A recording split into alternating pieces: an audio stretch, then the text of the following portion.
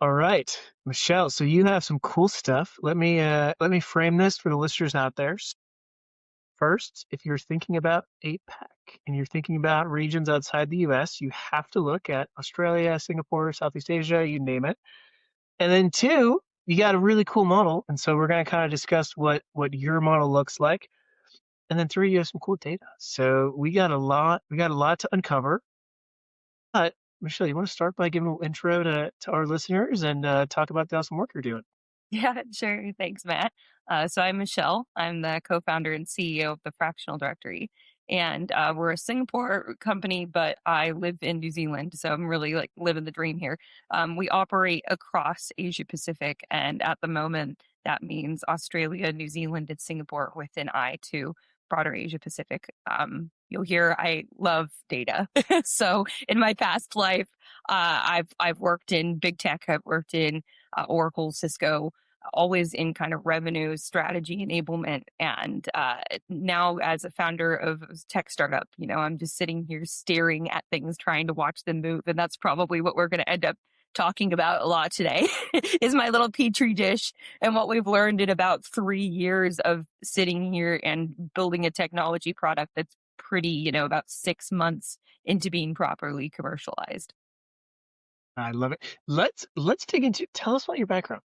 Talk about your background, and you are American, even though you're in New Zealand. And so give us the lowdown, and then we're gonna back into why in the world get into this industry because it is a painful one, Michelle. You make a lot more money staying at Salesforce or a typical tech role, that's for sure.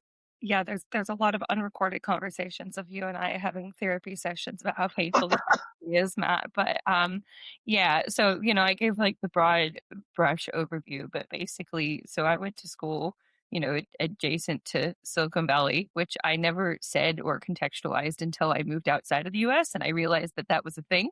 The reason that it's relevant is because here's a fun fact. I almost quit school my second year of university because I worked for a tech startup that hired me and offered me a full-time job.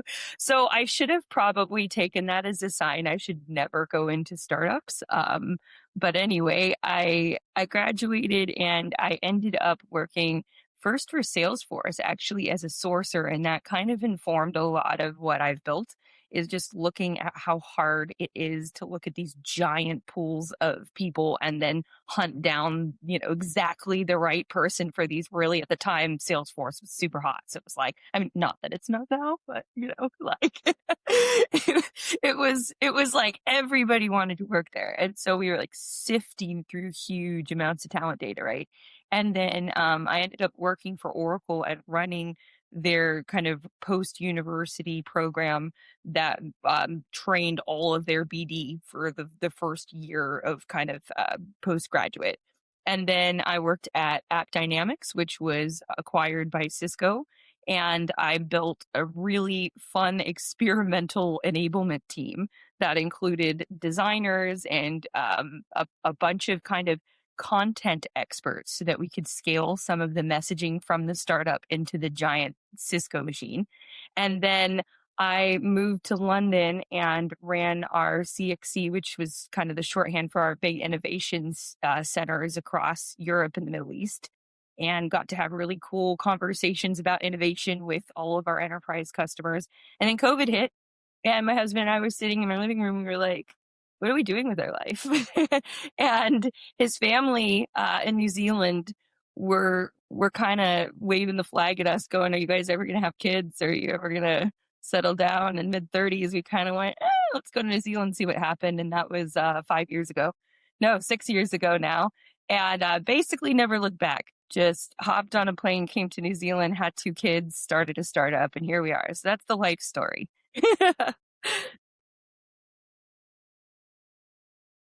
Regionally. So you've had this really cool experience of going, hey, super US centric, literally as Americans you can get, being in Yep. Silicon Valley. Yep. Uh, were you in SF or were you in South Bay? No, I was How like properly, I lived in like, walked to work for 9 years. Yeah.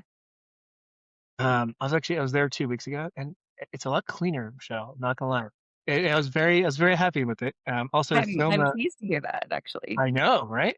Soma was depressing. It was pretty gutted out, but Mission Bay was great, and North Beach was rolling. But Yeah. so when you've looked at innovation and these, innovation teams, what is it like US compared to Europe, compared to Asia? Like, how have you seen these dynamics? Because this is all the cool thing where like you and I both have a massive passport. So we see Yeah. these patterns. But what have you noticed? Yeah, it's so I feel like I kind of joke that I've ended up in diplomacy because ever since I spent time when I was in undergrad studying in Spain and Australia. So I've spent large chapters outside of the US, but when I worked in big tech, I remember there being this dynamic where I'd show up from corporate headquarters being like, why isn't everybody using all these global standards? Like they're so obvious. And then I'd get into these regional markets and I go, oh my gosh, like the market dynamics are just completely different. There's so many things that aren't just culture. It's how, even when you look at selling, which I've always looked at, it's how you influence people is different. And so what's so interesting is that being in the US, we grow up in such an echo chamber of this giant place that is the size of Europe and has this disproportionately large economy, that what you don't realize is that it is so influential to the rest of the world's kind of economic trends that something might take off. And it doesn't mean it has traction in the US, but it will start to have traction. And then these other markets kind of light up and go, oh, why don't I experiment in that? Why don't I experiment in it? And everybody's looking to the US, oftentimes, at especially the academia side of the US, to be like, what is the North Star? And so that's kind of what I've seen as I've been out here is we're looking at things that sometimes are, Y Combinator's stuff from 15 years ago. And like that's what people are talking about, or sales methodology that I was teaching at Oracle 10 years ago is like just becoming part of discourse. And so there is actually like genuinely a lag. This is New Zealand. Um, Singapore, different story. Singapore is definitely very forward thinking, but again, like anchoring to broader Asia. So I mean, I could have a whole podcast on the differences. There's significantly different market dynamics, but we are all revolving around the same trends. And everyone ignores Asia Pacific as if it doesn't, indicate the broader market, but it really does. There's a lot of interesting stuff going on here. Yeah, it's so I think you know this, like I started a company in 2020 in Singapore, and I first went to China in 2016, and I was like, Mm, holy shit, this is the future. mhm. I think it's interesting when looking at Europe. I don't feel like it's the future, I'll be honest. I spent my morning with Spain, Amsterdam, Paris, and so like a lot of respect for Europe, but it doesn't seem, it's Germany's really not doing well. Spain's actually doing really, really well. Poland's doing really, really well. But compared to when you look at the global economy, Asia is really, really, really doing well. And when we look at, we'll dive deeper into some of the data you have, but when we look at this world of flexible talent, freelance talent, fractional talent, whatever, the ability to dive into these alternative workforce models, it might be one of the best analogies I've heard. It might be like cellular, where it just takes a leapfrog jump, and all of a sudden people are paying with their eyes or their finger, and the US is like, did you just out innovate us? And we don't even know that existed. Not to get too geeky, but Singapore, they really, really did COVID well. And so they didn't Yes. have to dip too heavily into their savings, right? Their economy is balanced, strong, really good. They're neutral. So it's such an incredible place to anchor. Now, kind of dovetailing into this world of, flexible, freelance, fractional, whatever, why, why and how did you get into it? Give us kind of the founder journey of getting into this painful space. Yeah, no, it had to be a journey because when I was doing advisory and, kicking around trying to figure out what I was doing, I was like, why would anyone ever found a company, let alone a tech startup? That looks horrible. And like everyone just, terrible for your mental health. Anyway, I've ended up here. But the reason why is because I realized that I have a very, very unusual both background and relationship to this space. Because, first of all, I'm really frustrated by things that are not articulated correctly from like a go to market perspective and an offering perspective. And I've spent so much of my career in this almost like adjacent to product marketing, trying to explain value. And when I moved to New Zealand, everyone went, "Oh, why don't you just kick around, do some consulting?" So I did what I thought was consulting and advisory. And then I ran into a couple people who were calling themselves either at the time it was virtual or fractional CFO and CMOs. I And remember. so I got hired as like the bottom of the funnel of a CMO, and they called me a consultant. And I was sitting here going, wait, so like, why are you called fractional and I am called consultant when I'm essentially the CRO and you're the CMO and we work great together? Like, why am I just not calling myself the same thing as you? And she was like, well, I don't know, like somebody, I don't even remember how she'd like learned the term, but there was, and I know because when we built our directory, there was 43 of us in September 2023 in the whole country using this term fractional. And so I thought, oh, this is so cool. Maybe I should just call myself this and I can evangelize this concept. And like, I fully started as a, this is an interesting working model that might make New Zealand be able to use people like me that immigrate here and have trouble finding work and integrating because there's not a clear segment for us. I thought it was like a New Zealand challenge. I didn't realize it was a tech company and something that scales globally, if not APAC.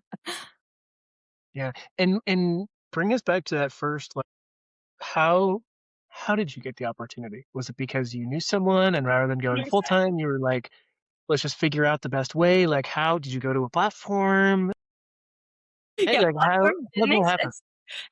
Hence my motivation to build one, because when something is inefficient and not tech enabled, my first thought is like, why not, right?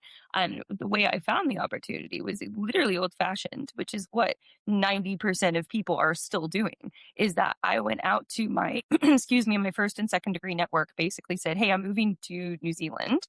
If anybody has contacts in Australia, New Zealand, like I'm going to just have coffees until I am on a caffeine bender. Like, invite me to coffee. I will talk to you." And I had probably 100 coffees.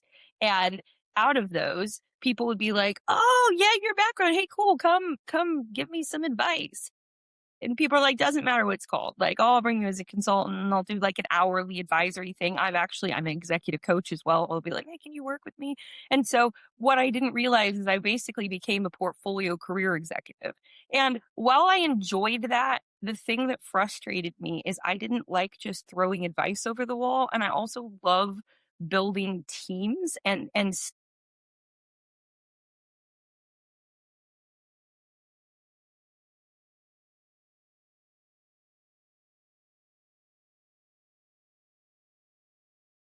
kind of did feel that ownership.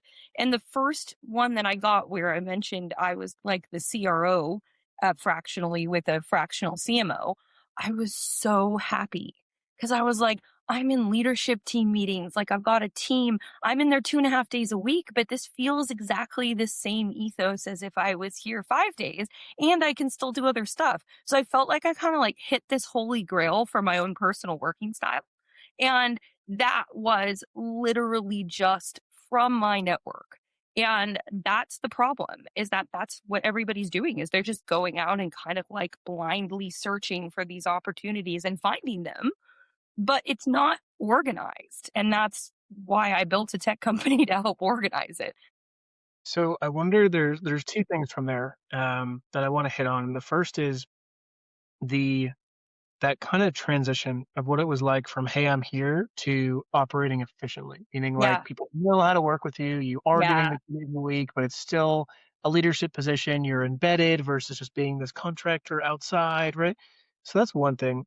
And then the second thing is kind of the regional implications for the models that get built. And the reason I bring this up is increasingly here in the US at least, we'll say, hey, this is a transition to the human cloud, right? They'll be like, what do we care about? Whatever, like, it's a transition to the human cloud. Then they'll be like, well, what does that mean? And then when we open up the hood, it's usually, all right, it's platforms and EORs. And so the platforms are everything doing the sourcing, right? The gig, the freelance, the fractional, even the staffing. And then the EORs are little the ones just taking the risk. And here in the US, like nobody wants to actually take the risk of employing directly because there's misclassification, there's all this kind of stuff. But other regions don't really have that. And Singapore is like an efficient capitalist economy that I'm assuming a lot of the crap we have to deal with. And we're like, Europe just has extreme crap, Oh, yeah. right? Like Europe is Yeah. impossible. That one's just not fun. But anyway, so there's going to be a lot of things that we'll discuss where it's like, oh, like Singapore doesn't have to do that. Like even like China doesn't have to do that. So we can just skip these whole industries that we've had to build in the US just because they don't make sense. You don't need them in Europe. So that's going to be one of the things we talk about, which break down, if you could, break down a little bit about the model that you've chosen. And then let's do a little reversion of what it was like when you first started working as a consultant and how you had to sort of transition that into what you really what was really what's supposed to be happening. Yeah. So, okay, I'm gonna take that first point you made because that is one of the biggest blockers to this organizing, and people are starting to figure it out. We're starting to see inroads, but what you're describing, like in the U.S., I hear it referred to a lot as like 1099 workers or whatever, right? And like here in New Zealand, we have like sole traders. Or we have people that just don't mind if they're working on the company's payroll, but they just kind of figure it out. And then in Singapore, like you said, there's all kinds of engagement models. It's a lot looser. In Australia, there's kind of a hybrid.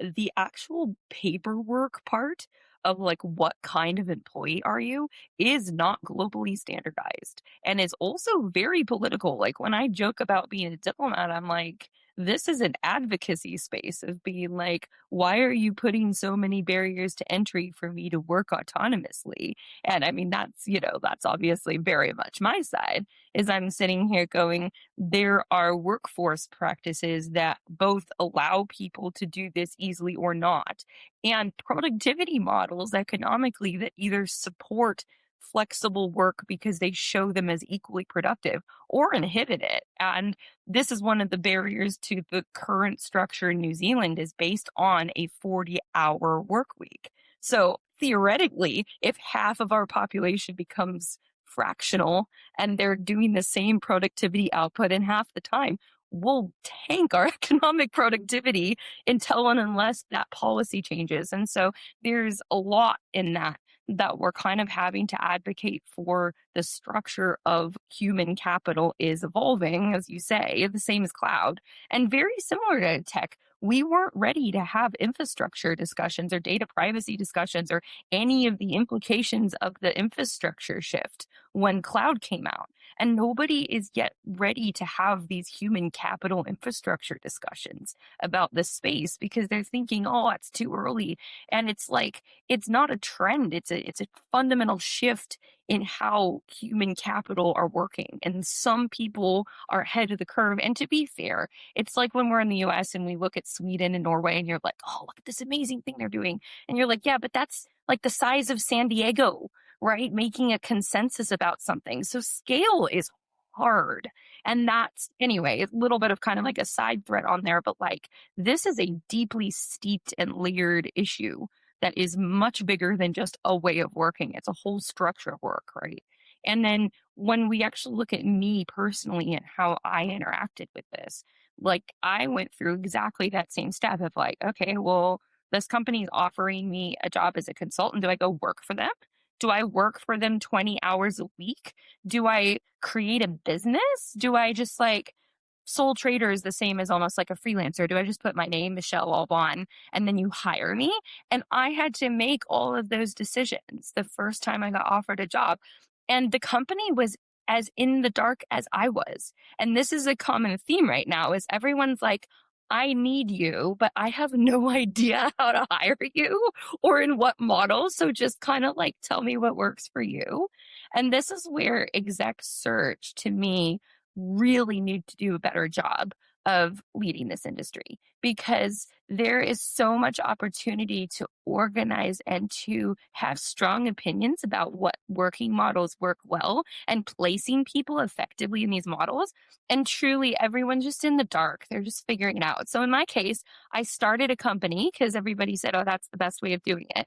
And then I would contract out from my company and I created all my own templates because, again, I'm a salesperson, right? So I like have my SOW, I have my contract. I went to a lawyer and said, like, how do I draw this up? And nobody knew. It was like we were literally in our communities being like, hey, what contract do you use? And we've all just like sourced. Like we have a meetup once a month at a pub here in Auckland.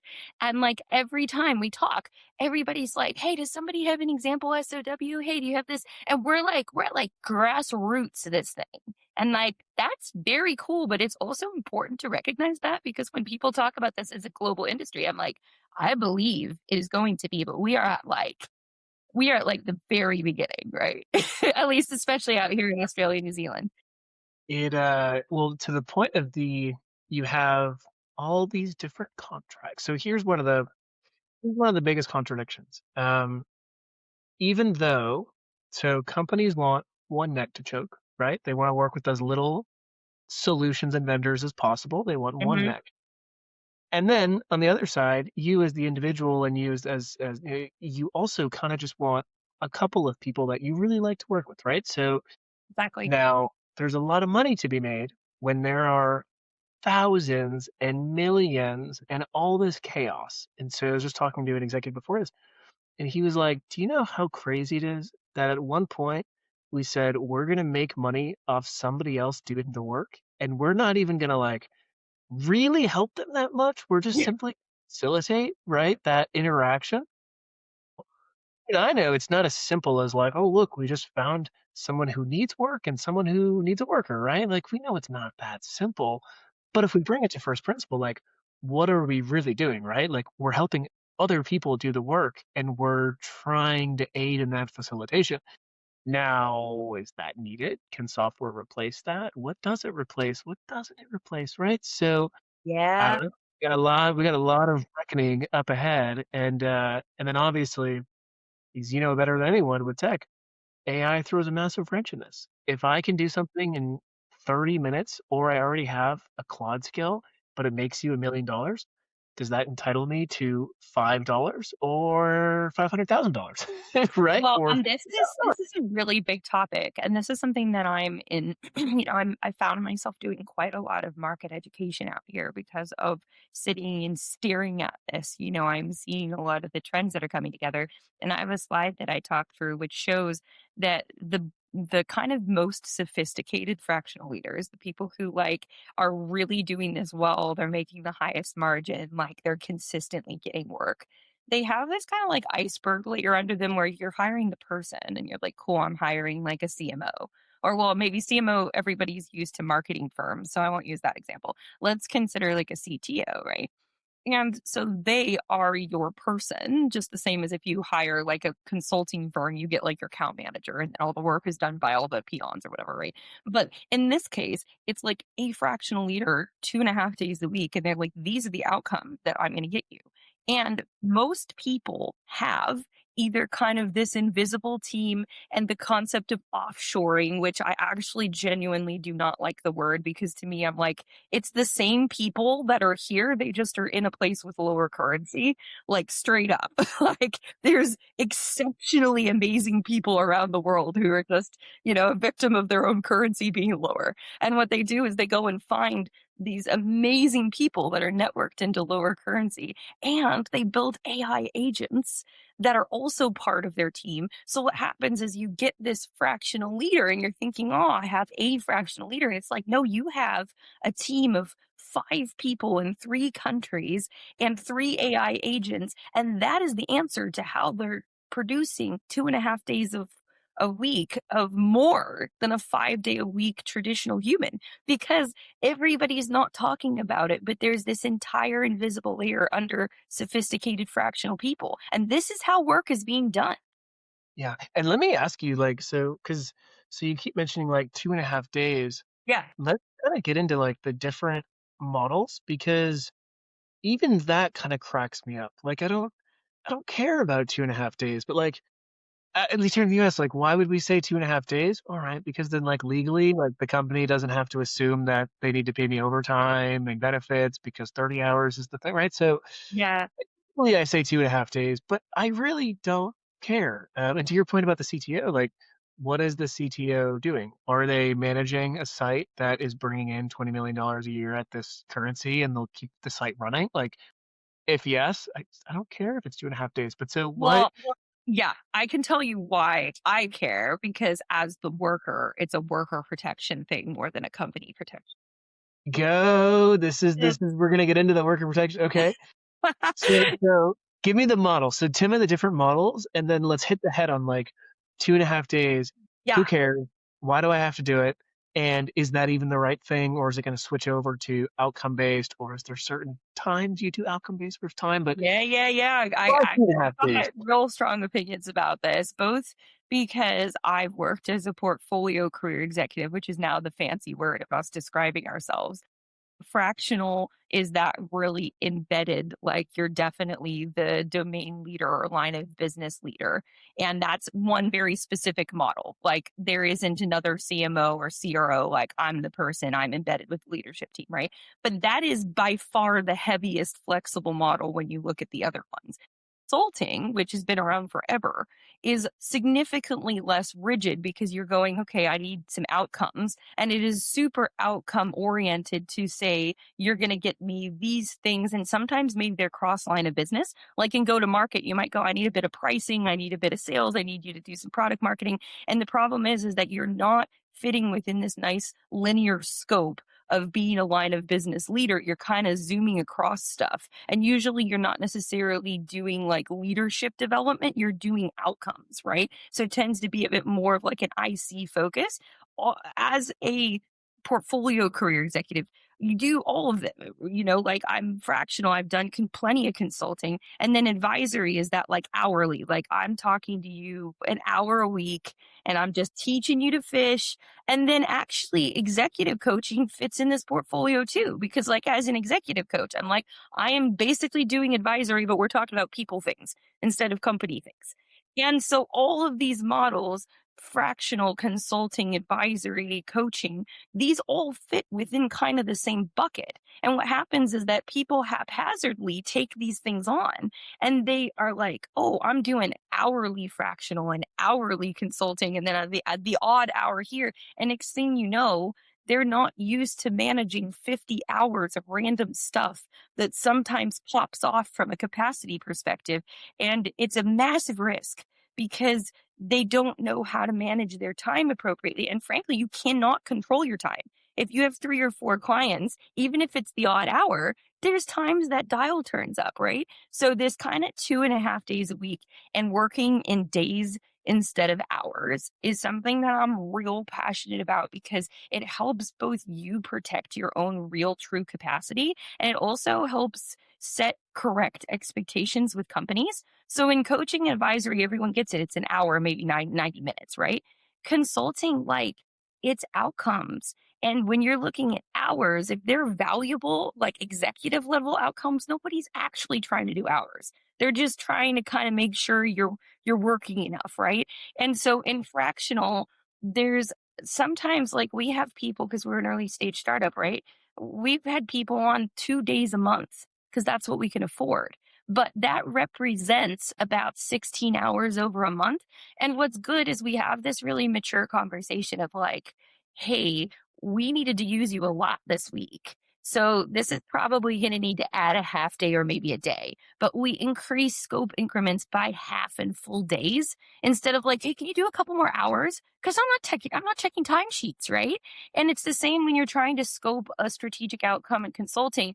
You're like, oh, this is going to be about 170 hours of work. Like nobody actually knows hours, especially anymore. So why are we talking hours? And I have theories around the 2.5 day average, which is what kind of like the gold standard is in fractional, but I'll get off my soapbox for a second.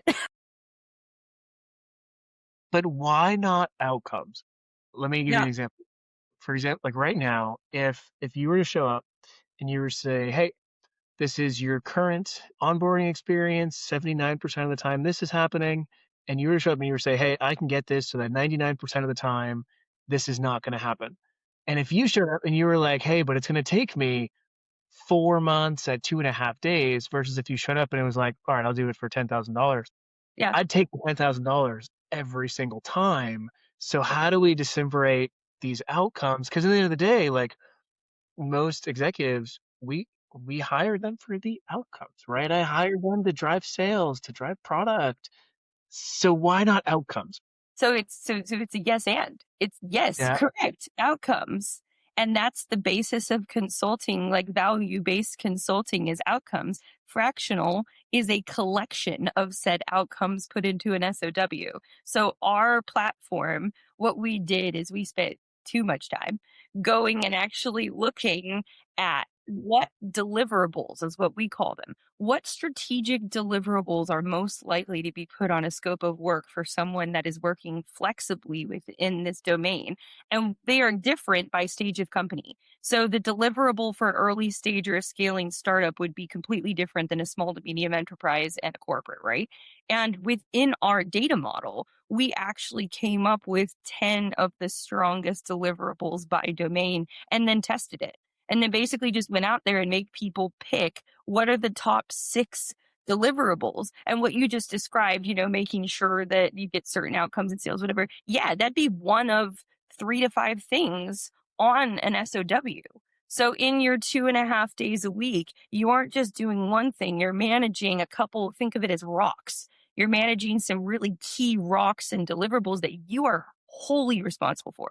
So when somebody is trying to decide if you're doing a good job as a fractional quarter over quarter, they're looking at the 3 or 4 things they hired you for, not just one. And that's the difference is that in consulting, it's usually kind of like a key North Star and it needs to zoom around lots of lines of business. Whereas if you're hiring me as a CRO, like how would you scope a CRO? You'd have a bunch of outcomes, right? It's just taking that whole thing and narrowing it down to the top couple that are the most important to the business and staying laser focused on those and getting those like deliverables correct on an SOW is the difference between a successful fractional engagement and somebody basically just being used as a consultant and calling it fractional. And that's the nuance we're trying to help companies do better.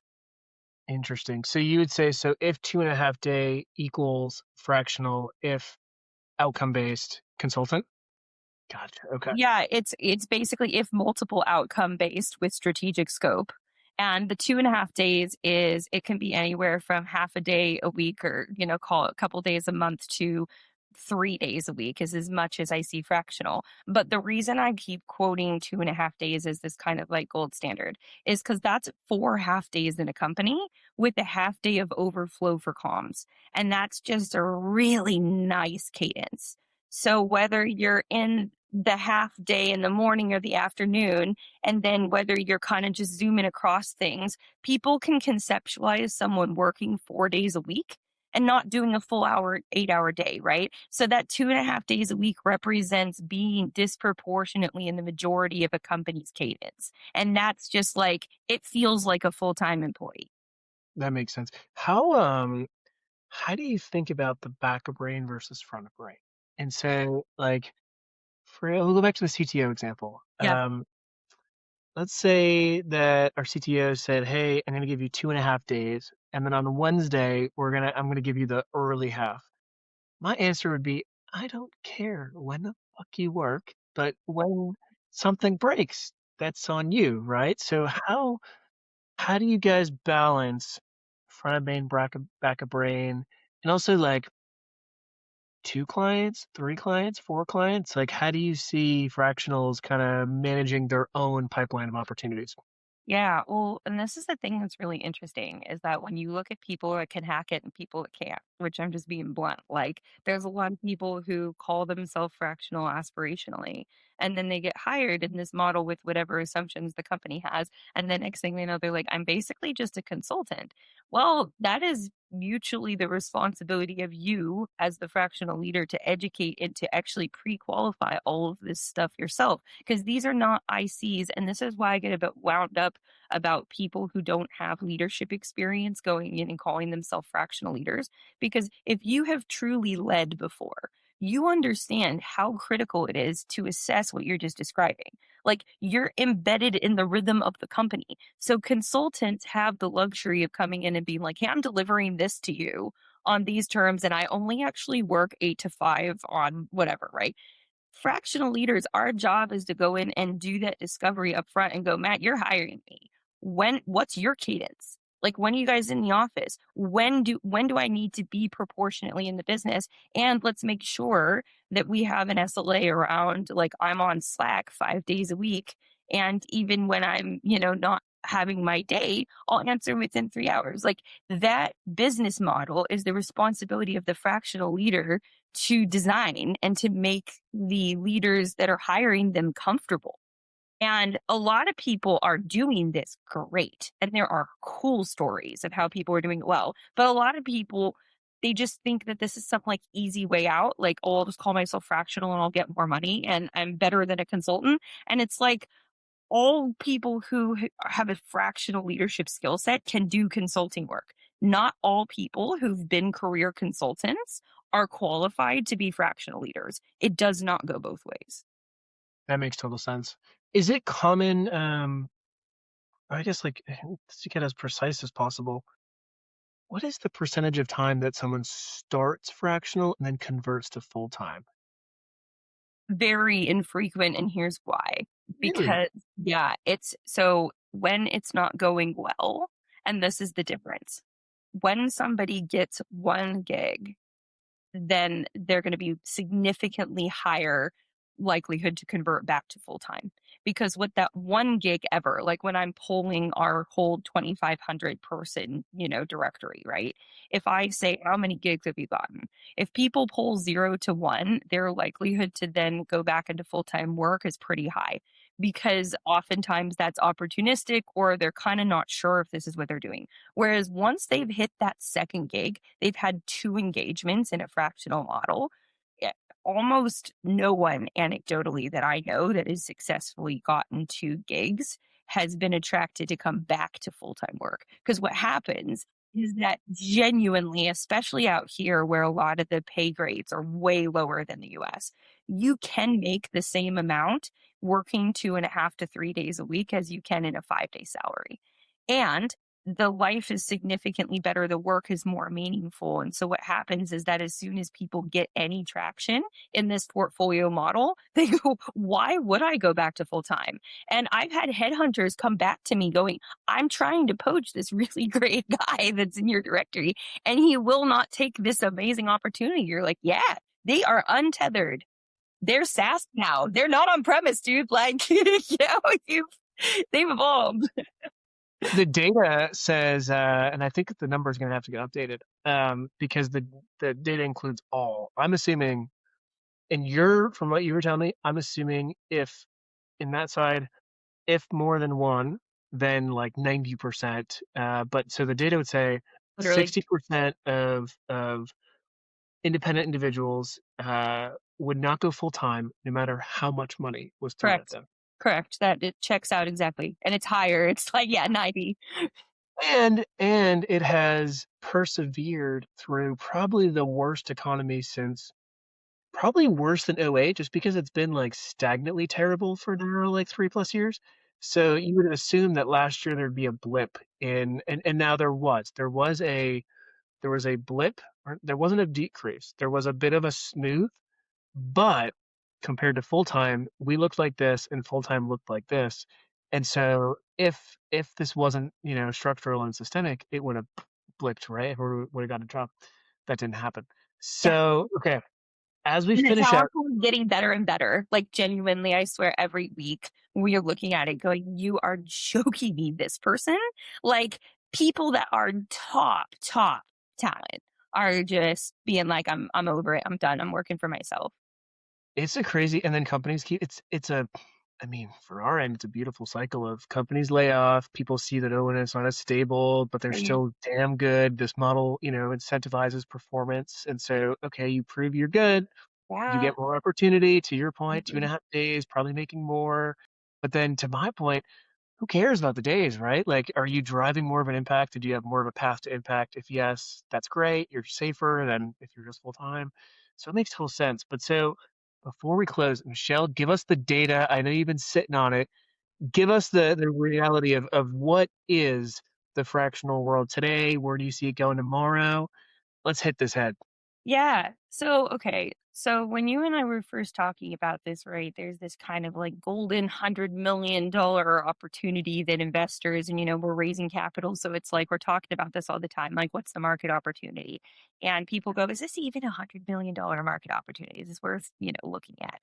And when we were talking about this, I thought, okay, well, let me try to see if I can actually justify this. So what we are looking at with our tech is we are looking at everybody that is publicly listed and we scrape from LinkedIn. So basically, we have like a real time number of how many people are in our really small talent pools because obviously this is hard to scale. So I'm looking at New Zealand, Singapore, Sydney, and Perth, right? Those are like the four data circles I'm looking at. And across that represents about 2,500 people. So in of that 2,500 people, the average just across the board day rate is $1,500 a day when adjusted for currency. So New Zealand's a little lower and kind of Singapore goes up, but let's just call $1,500 a day the like, average across the board. If we can say that 1 in 4 people that we're looking at have a 2-day a week opportunity consistently, they are consistently employed fractionally 2 days a week. That is $100 million market opportunity. That's $100 million flowing through Asia Pacific in these tiny little markets. So I'm not even saying the whole entire thing. I'm saying these four little pools that I'm looking at. If a quarter of the people are getting jobs, boom, there's our $100 million market opportunity. And the reality is I'm not capitalizing on that yet. Like, we've just built the infrastructure to even look at it. And all of these marketplaces are popping up and people are trying to capitalize and structure this demand. But I can tell you anecdotally, are 1 in 4 people working? Absolutely. Otherwise, they're not trying to put themselves out there as for hire, right? 1 in 4 is a relatively low bar to only be working 2 days a week. There's people that are working 4 days a week. They're working essentially 5 full days in this model. And so I think that all I can do with my data set is say there's this interesting trend that is indicative of the bigger picture. And in New Zealand, I literally was just looking at it over 2.5 years, this is a 15x growth in the talent pool from 43 to like 800 people. And we've been watching it since it was a drip. And now every week we're getting another dozen people show up. And it's like all of a sudden the market is moving. And in Singapore, it's the same. It's 3 times the size as a year ago. And so what I think is that this is still really early and my numbers are so tiny and they're unscaled. But what it's saying is like there's some movement here. Like there's a market that is just asking to be organized and capitalized, and there's no infrastructure underneath it. So that's what we're kind of trying to do is we're just trying to even like look at it and define it and classify it. And then everybody else in the ecosystem that are building like vetted talent pools and are, hunting, headhunting for fractional, we are all responsible for creating and organizing that market together. There is no competition in an early market like this. Like none of us are capitalizing on this market. People are getting jobs through their first degree network. That is a fact. So I think that there's a real opportunity for all of us, especially those of us building platforms and technology in the space. Like we need to be comparing notes. We need to be trying to organize and capture this demand because it's just going to keep growing exponentially. And if APAC looks like this, I mean, I can only imagine the market opportunity in the US, sizably larger. It's large. It's large. And It's it's large and tiny painful. comparatively. That according to our data, we have there's 1,000 plus solutions. Now, it's large, but it's hard because imagine if you were on a highway and rather than one type of off ramp or one type of on ramp, you had 1,000 plus different ones, and one looked like you need a truck. One all of a sudden goes like this, right? And that's kind of what is happening right now is companies are going, hey, we just want like one way to engage our talent and one way to give you a job rec or tell us our pain. And then every solution's like, oh, I'll do it, I'll do it, I'll do it. And it's like, oh, well, I can't work off those MSA terms. And this, why are you making me meet with you right now? So yeah, it's Okay, large I'm gonna give you but some painful. levity, Matt. I like just because back in the day when I was in San Francisco, I worked for Salesforce back when it was like no software. Yeah, cool, SaaS, Yeah, right? I remember Like that. back in the Yeah, day, right? software. Yeah, remember the Like, t-shirts? Yeah. oh yeah, I had the t-shirt, right? And like we were all like, people are so dumb. Why don't they understand SaaS? Like, let's have a conversation about you shouldn't be using a desktop. Like that was the level of conversation that we were all having where you're like, why aren't you in perpetual licensing now? Like, why are you still using a desktop? And 15 years ago or whatever that was, right? We were all sitting here thinking 15 years in the future to where we are now, being like, we should be in a completely decentralized infrastructure. Why aren't we now? This is that same feeling, is that people are like, it's never going to take off because we're all still on desktops. And it's like, yeah, because within 5 to 10 years, there's that infrastructure is going to keep evolving. And right now, it's that early moment where it's chaos and there's all the vendors going and trying to teach everybody what SaaS is. And it's like, that's cool. We've been here before. It organizes. It's early. So at least that's my 2 cents.